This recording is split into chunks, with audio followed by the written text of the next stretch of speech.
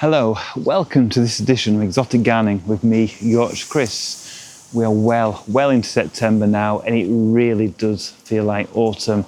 It's a bit windy, we've had rain, we've had sunshine, we've had showers, we've had everything over the last week or two, and the plants have really noticed the cooler conditions. So growth has slowed down, things are getting a bit wind battered, but there's still lots of life in the garden, still lots of colour and flowers and form. So in this video, we're going to take a look around the garden in mid-September to see what's looking good and what the future holds for the garden, especially my jungle clearing.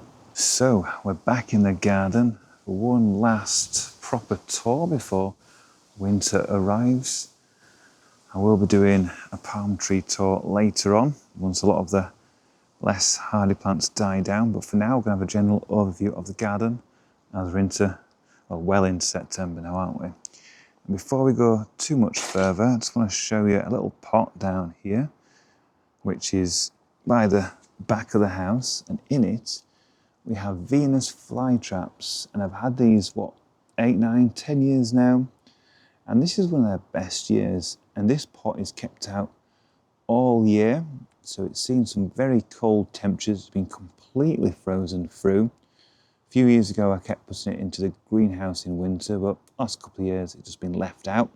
It's seen -7, and the Venus flytraps have done really well this year, so that's really pleasing to see. So I just thought I'd show you that before we do the main tour of the garden.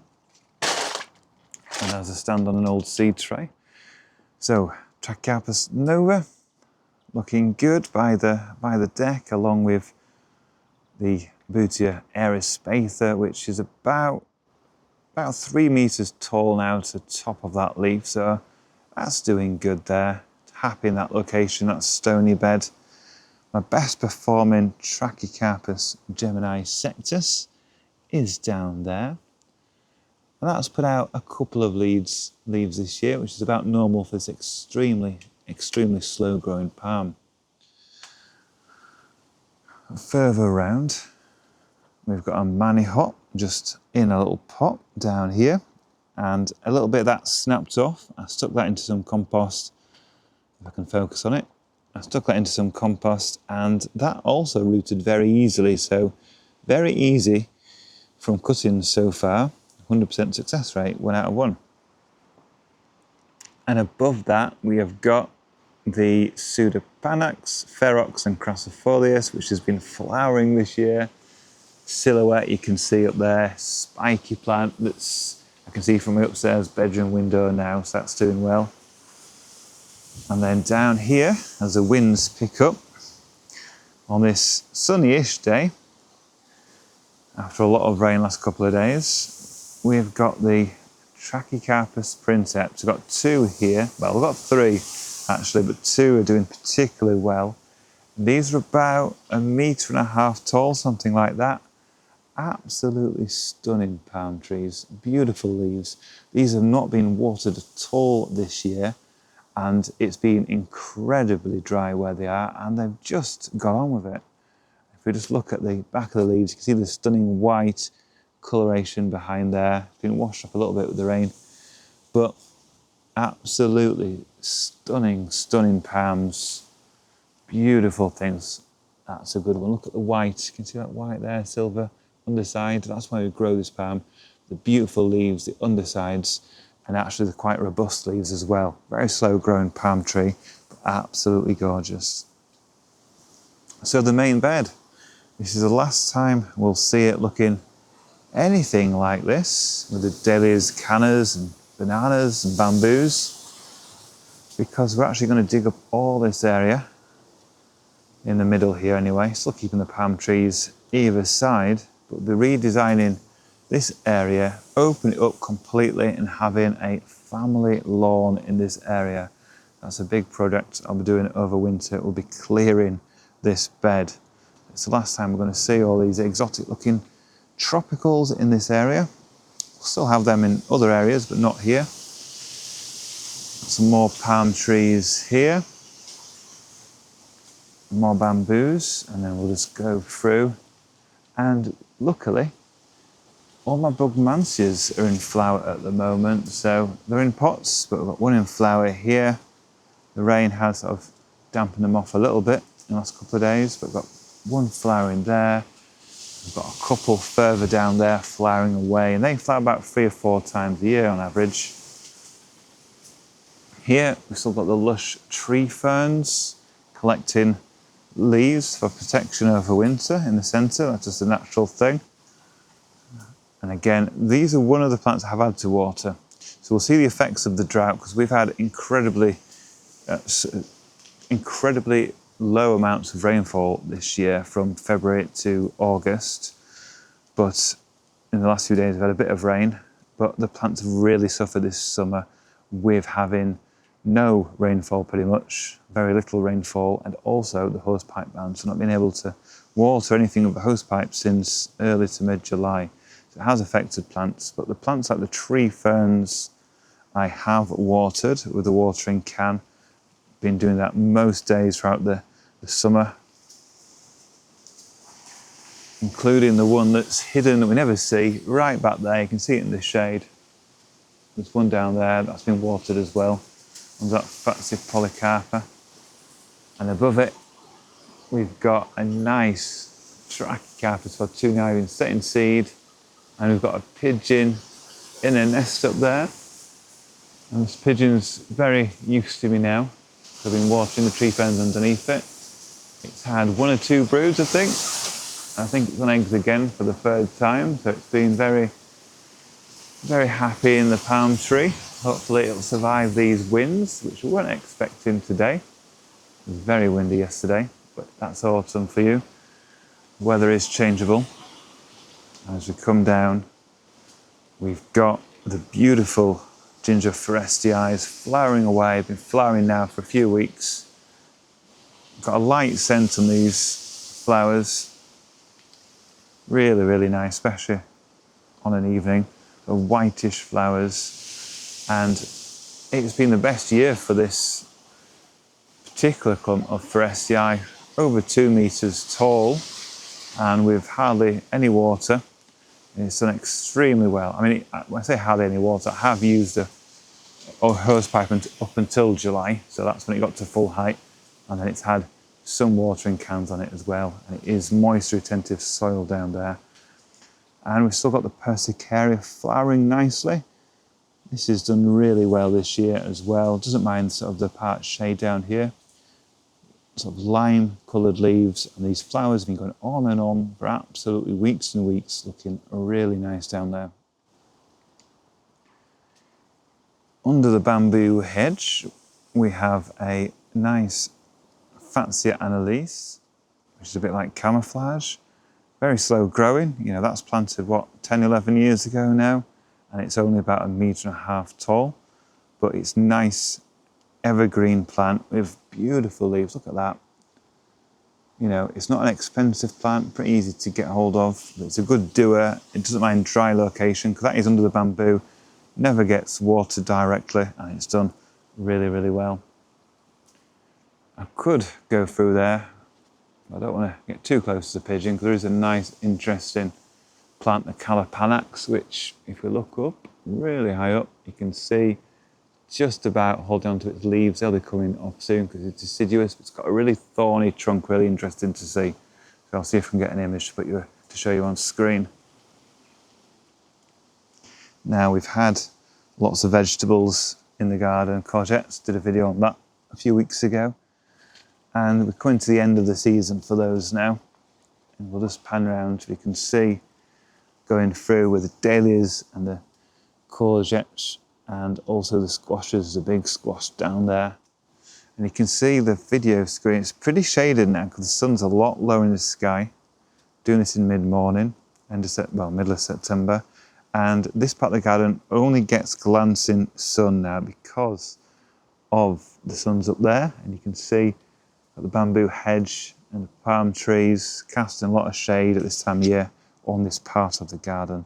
So this will be, like I said, a lawn next year. So I've got to design that area, because at the moment it's hard to see because we've got all these beautiful exotic looking plants which are coming to the end of the season now. Yes, the gingers are still flowering. We've still got some beautiful zinnia flowers as well, like this purple prince. Absolutely gorgeous zinnias. So easy from seed. But like I said, a lot of the courgettes and squashes are past the best.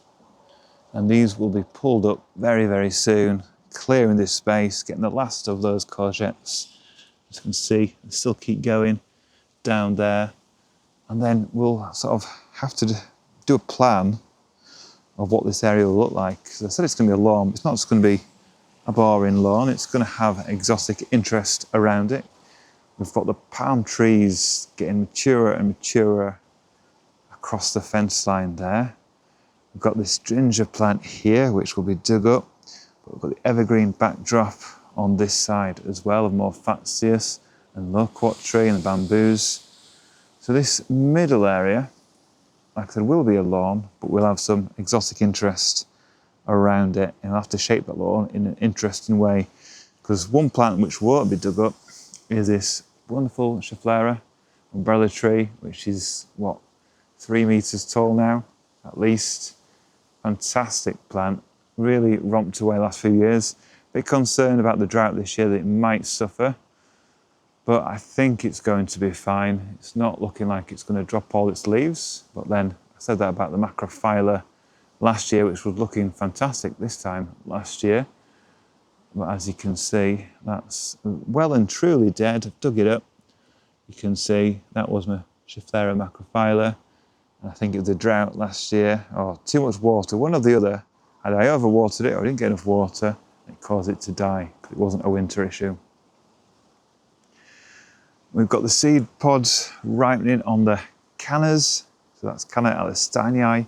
Not got to extreme height this year, but it's still over 2.5 meters tall from the ground. And I'll be collecting those for some more plants next year. And we've also got some really nice plants like the irisine that we've talked about in the past, but I'll just show you again now. I'll be taking cuttings of these because they've got such vibrant foliage. And another one, the party time down here. If I just move this out of the way, look at that. I am not changing the camera colours. That is absolutely bright pink foliage. It's done incredibly well in this shady spot this year. Really, really happy with that. I'll be taking cuttings of that. Got a pink china there, that'll be dug up. And I'll be digging up all these gingers and cannas, and I'll be showing you how I overwinter them in upcoming videos when I clear this area ready for the lawn. Right, that's enough talking about turning this into a lawn.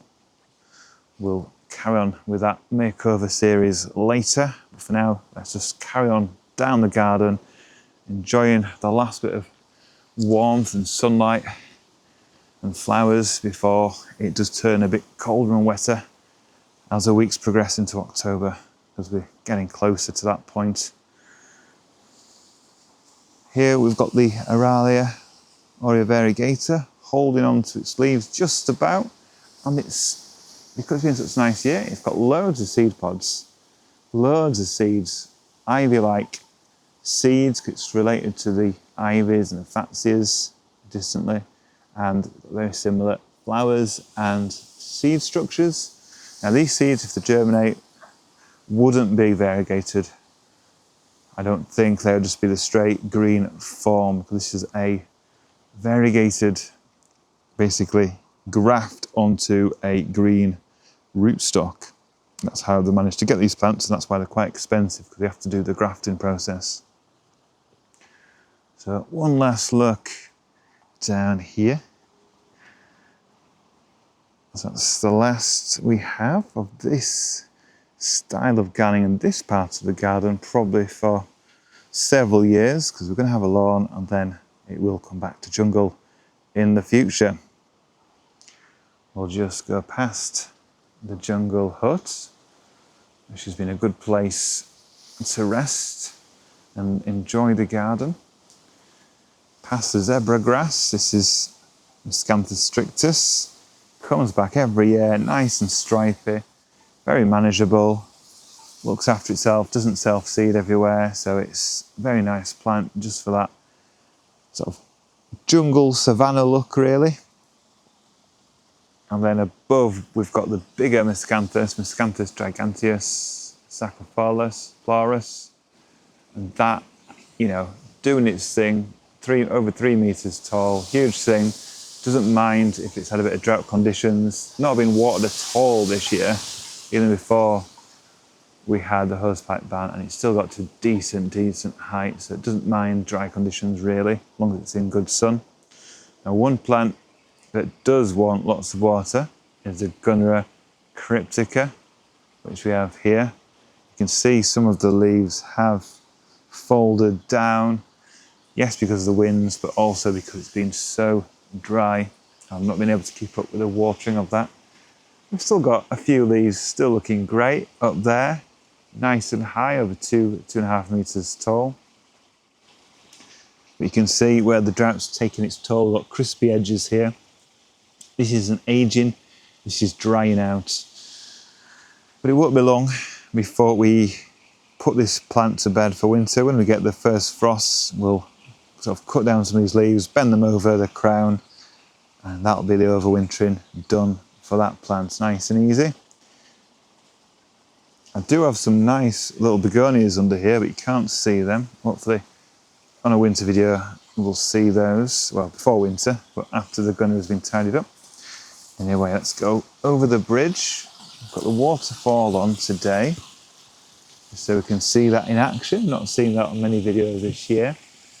And because it's been really dry this year, what I have noticed is all around the pond on this left hand side with lots of hard ferns, Chilean hard ferns, and they've completely died. It's been far too dry for them. They were sort of spreading behind that Gunneria tinctoria, and they've all died off. It's just been far too dry. So all the other years it's been fine, had them for about 10 years, but it's got too dry, so I've lost my Chilean ferns this year, which is a shame.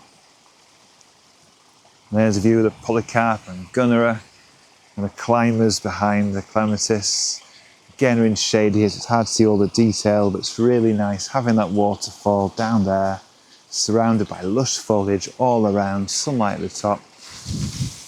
You can't really tell where the water source comes from, and it looks like we've got a river running across the garden and going off down there past the jungle hut. Down here we've got, well along here should I say, we've got the Agave chocolate vine, which used to be in the archway but now is on the handrail over the bridge, and I think we should have some fruit.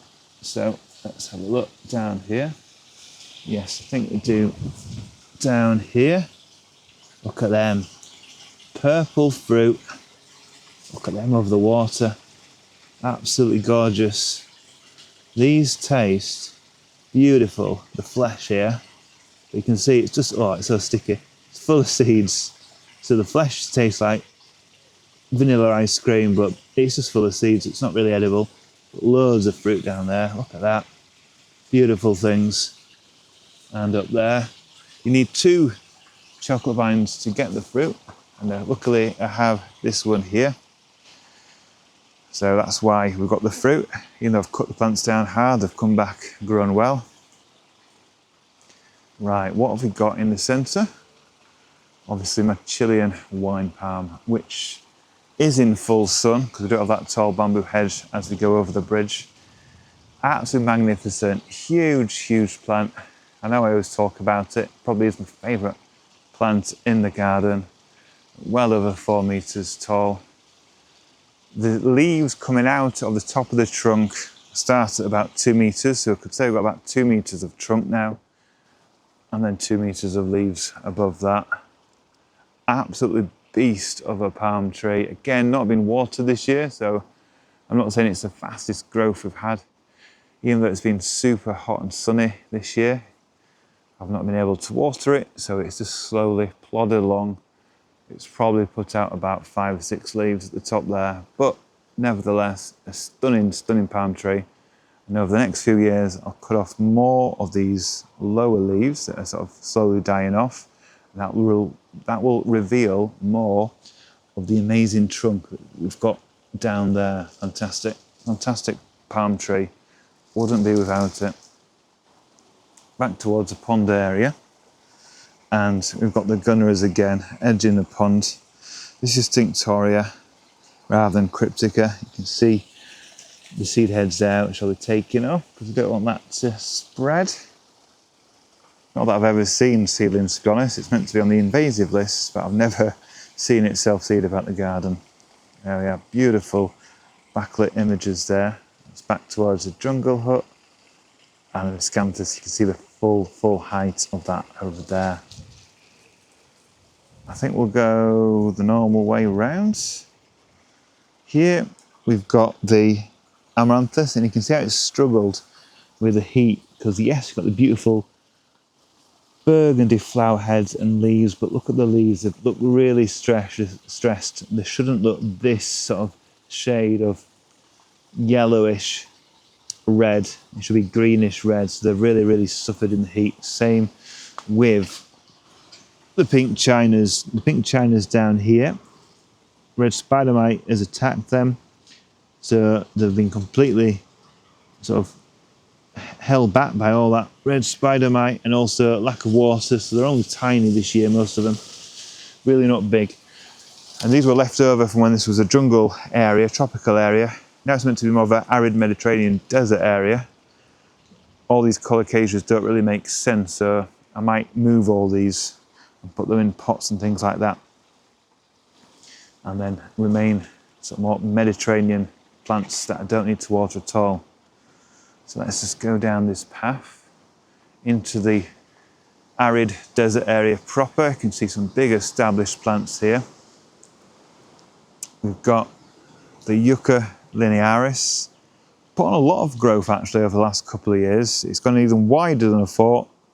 I thought the path would be fine where I've put it. The new path, which we did last year, it's gone out a lot wider than where it used to be, but the spines are sort of overhanging that, so I'll have to cut that back when I open the garden for the National Garden Scheme in 2026. Got a nice Cerifera down here in my silhouette. Very sort of sprawling one, doesn't want to grow up, it's always just growing out.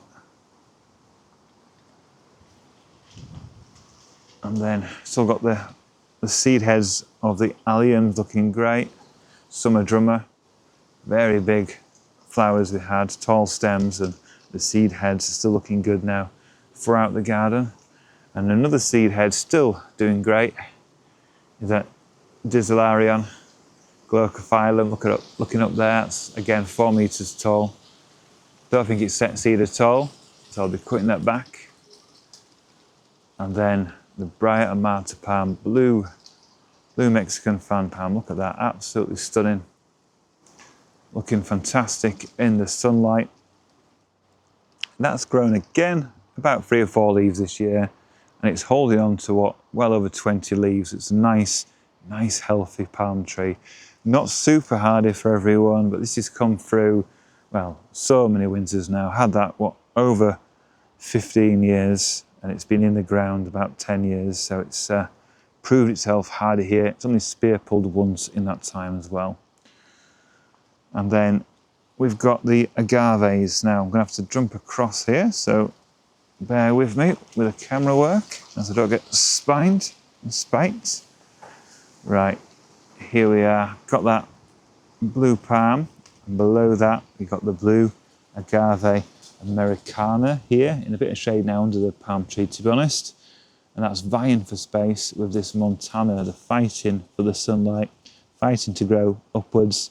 These were planted as much smaller plants, and as you can see, they are very close to each other now, fighting for space. And they've grown, you know, steady this year. They've loved the heat. They've just not had enough moisture probably to grow super fast. Another agave through there, another Montana. Again, I might have to cut off a couple of these leaves. There they are, another Montana. And these do normally get protected over winter. I'm considering doing nothing this year and just leaving them out and seeing if they get through the winter. or I might put a shelter over. It's getting increasingly hard to do so with the palm tree there, but we'll see how we get on. Down there, we've got the Chilean vulcano. That did suffer with the incredibly wet winter we had last year. I had spotting for the first time on the lower leaves, so I might actually cut that back a bit, exposing a bit of trunk. Now it's matured a bit, because that was a very small plant when it was planted 10 years ago in a 4-litre pot, I think. But now it's grown into a substantial plant. It's about 1.5 meters tall, something like that. And I think it'll have a nice trunk, so I might cut off the older leaves on that sooner rather than later. Here we've got the very thuggish, brutish Yucca Faxona.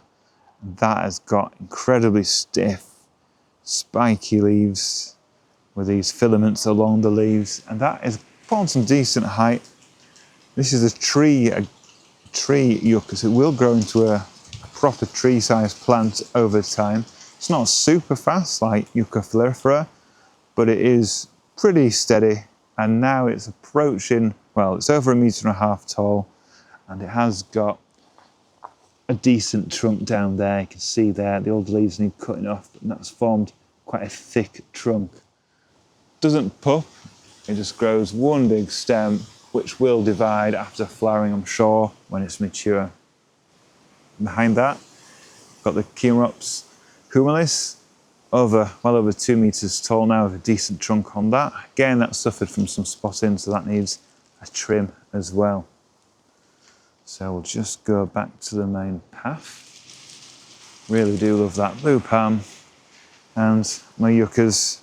I've got some other plants down here I don't always show. So we've got a cacti, some succulents, nice hardy cacti that's been out, well, it's been out a few years now, just slowly growing here.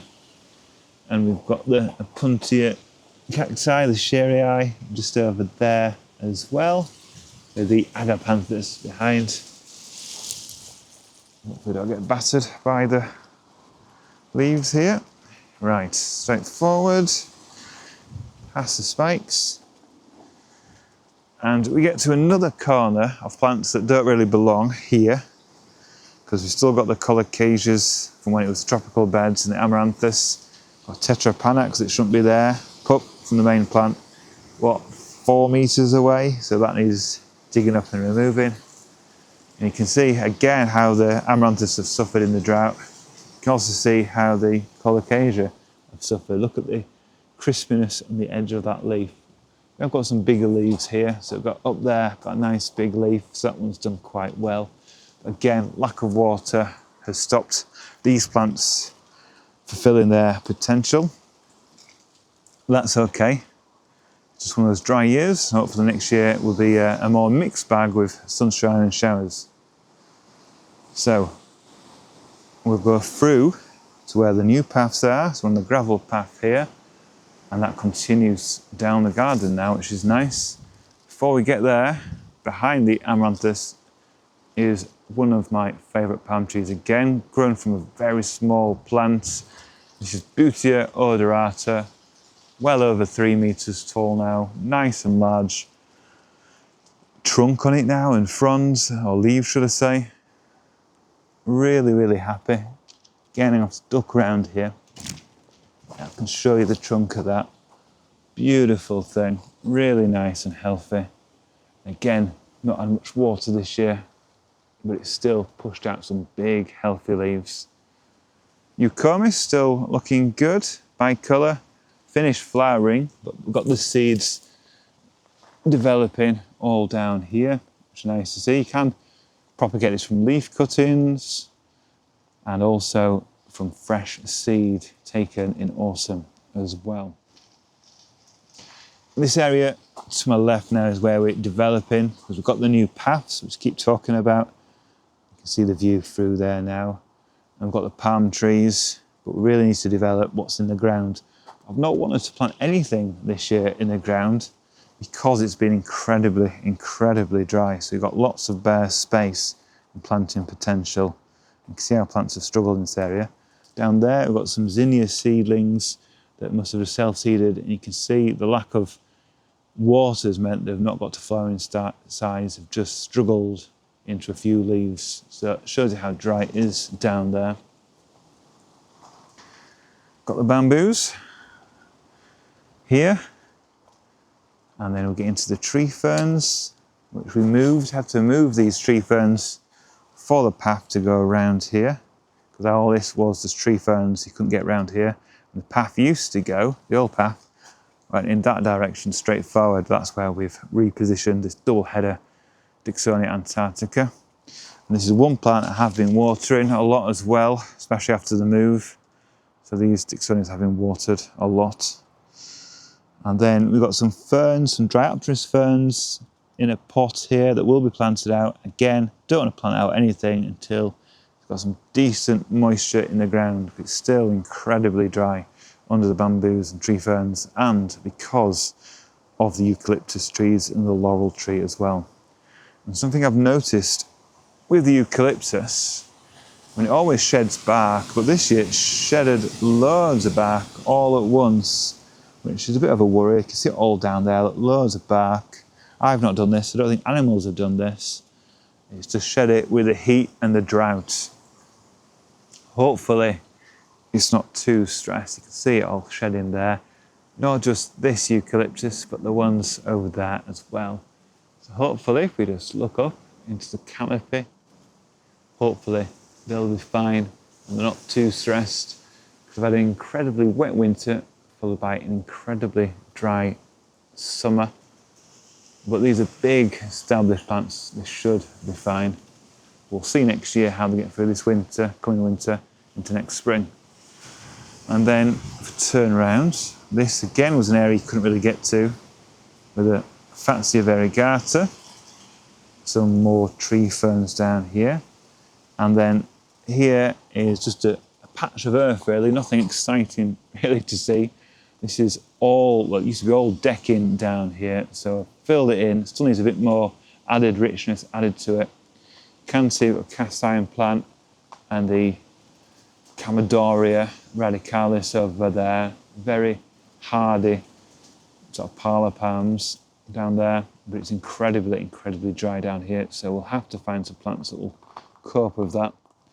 And yet I have got tree ferns doing okay here because I've been watering them. But generally the ground is pretty dry because of that laurel tree right above. Look at that.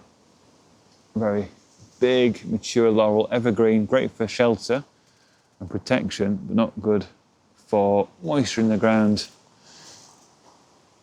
So that's where the path project got to. We've got the ends of the path there, and in between this area is going to be a large, probably seating, decking area, maybe a pond as well. So it's about 3 by 4 meters easily in that space, which will put a nice sort of seating area in, and it'll cover the edges of the paths so we can get across here over the big roots.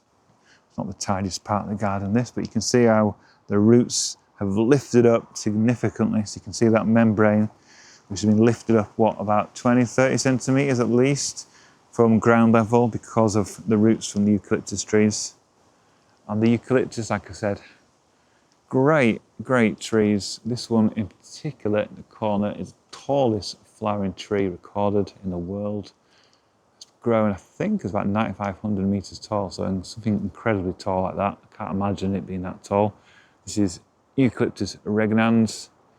I'll have to check that fact, it sounds too tall to be true. And we've got the Shanghai 3 bamboo, various other ones, iridescents down here as well.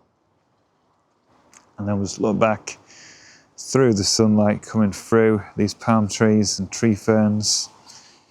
Nice healthy trunks. I should say what the palm trees are. These are all Princeps hybrids, so fast growing palm trees, provided they've got enough water. These haven't had much water, that's why they've not grown as super fast compared to one further down the garden, but still, you know, the trunks are about 1 meter 50, 60 tall, and the leaves are massive. Look at that leaf there. Absolutely enormous, enormous leaves. At least 1.5 meters across on the biggest leaves, huge things. And then we've got the rarest palm tree, I think, in the garden. I think it's the rarest one. And that is the Trachycarpus aureophilus, looking a bit battered up there. but super fast growing. I mean, this trunk, it just never stops growing. It's what, 2.5 meters of trunk at least now. And it's done that in about, again, 9-10 years.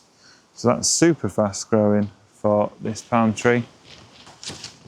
Down the path now, past the bamboos, we've got the flowering black bamboo here. Look at that, in full flower.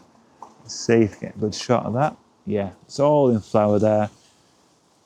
So that black bamboo was Phyllostachys nigra henonis. So that's in flower. But the other black bamboo is still growing really well and showing no signs of flowering. That's a straight Phyllostachys nigra, not one of the named forms. So that's just growing well. Sort of hoping that will flower because it's very close to my path and I did not put a barrier in this particular spot. So we'll see how that goes. Here, looking back, we've got another Cerifera palm, but this one is growing more upright. So that's doing good in this spot. And then at ground level, if we just look down, we've got all sorts of little Aeoniums down here, cacti growing. These Aeoniums will be dug up. Everything else will be left out. Some nice verbena flowers flowering as well. We'll go further down. See the trunk on that Cerifera, pointed out earlier. Tries to set fruit every year, but it's hasn't set seed. It looks like it sets seeds every year, but they're not true seeds, and they just sort of dwindle and hang on to the trunk. It makes it look a bit ugly. Again, good 1.5 meter tall trunk on that. Then we'll go further down the path and we'll go past quite a few forbias and salvias down here, which have been flowering. I've got to say, these salvias, this one here, that's been flowering since May. Could have even been late April this year, I can't quite remember, but definitely from May, and it's not stopped flowering at all. And then another look at the Agave palm, Chilean Wine Palm, from this angle, looking glorious in the sunlight with that big cloud behind. And then beautiful finish off really with this beautiful shot of the Eucomis Poliventii. Flowers, look, still holding on, finished flowering. It still looks gorgeous while the seeds are forming here. Absolutely stunning Eucomis. Not super tall this year, but still pretty big plants at about 1 meter tall. Beautiful things. And then here we have more Aeoniums and also pink chinas, which have not had the red spider mite in this corner, which is great to see. So that is the last proper tour of the year. We'll do winter tours, of course, to show what the garden looks like in winter. And we'll also do overwintering guides, because it's getting to that time when we start thinking about overwintering plants. And we've had a drought this year, so things will have grown in different ways. Some might be stressed, but we need to think about how we're going to overwinter plants. The tenderest plants, the house plants, really need to be coming in now, mid to late September. But a lot of the garden will still hold on for a long time yet. I'll be clearing my jungle here, because it's mainly vegetables and gingers. But the evergreen plants, the tree ferns, they'll be looking good for a while yet. So it's still too early to really be doing overwintering. But those videos will be coming up before you know it. So thank you for watching this edition of Exotic Gardening with me, Yorkshire Kris. Join me next week where I'll be doing more in the garden.